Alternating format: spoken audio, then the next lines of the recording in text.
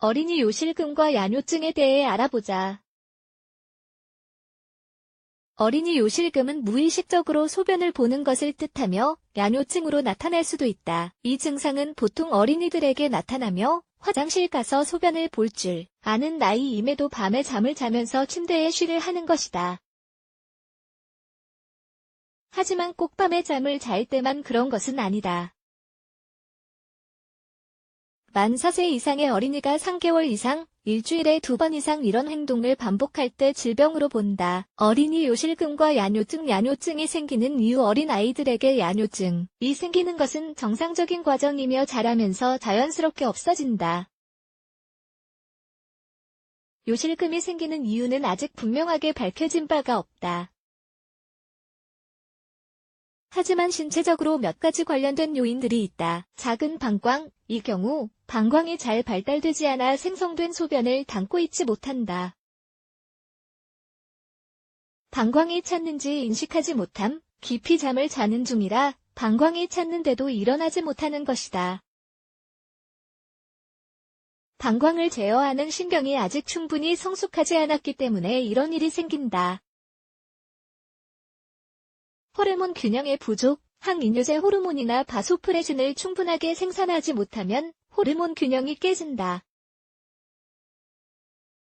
요로 감염, 요로가 감염된 경우 잠을 자다가 소변을 보기도 하지만 붉은색 또는 분홍색 소변을 볼 수 있다. 통증이 생기기도 한다. 수면 무호흡증. 무의식적으로 소변을 보는 행위는 폐쇄성 수면 무호흡증의 징후이다. 수면 무호흡증은 수면 중에 호흡이 중단되는 장애이다. 만성 변비, 대변을 볼 때 사용하는 근육과 소변을 볼 때 사용하는 근육은 같다. 그래서 만성 변비가 있으면 이 근육 기능 장애가 생겨 야뇨증이 생길 수 있다. 이외 유전적 이유로 야뇨증이 생기기도 한다. 부모 중 누군가에게 야뇨증이 있다면 아이에게도 야뇨증이 생길 위험이 높아진다. 그리고 스트레스를 많이 받아도 야뇨증이 생길 수 있다. 증상 및 합병증. 야뇨증은 생명을 위협하는 증상은 아니다. 야뇨증이 생기는 원인이 물리적인 이유가 아닌 이상 그렇다.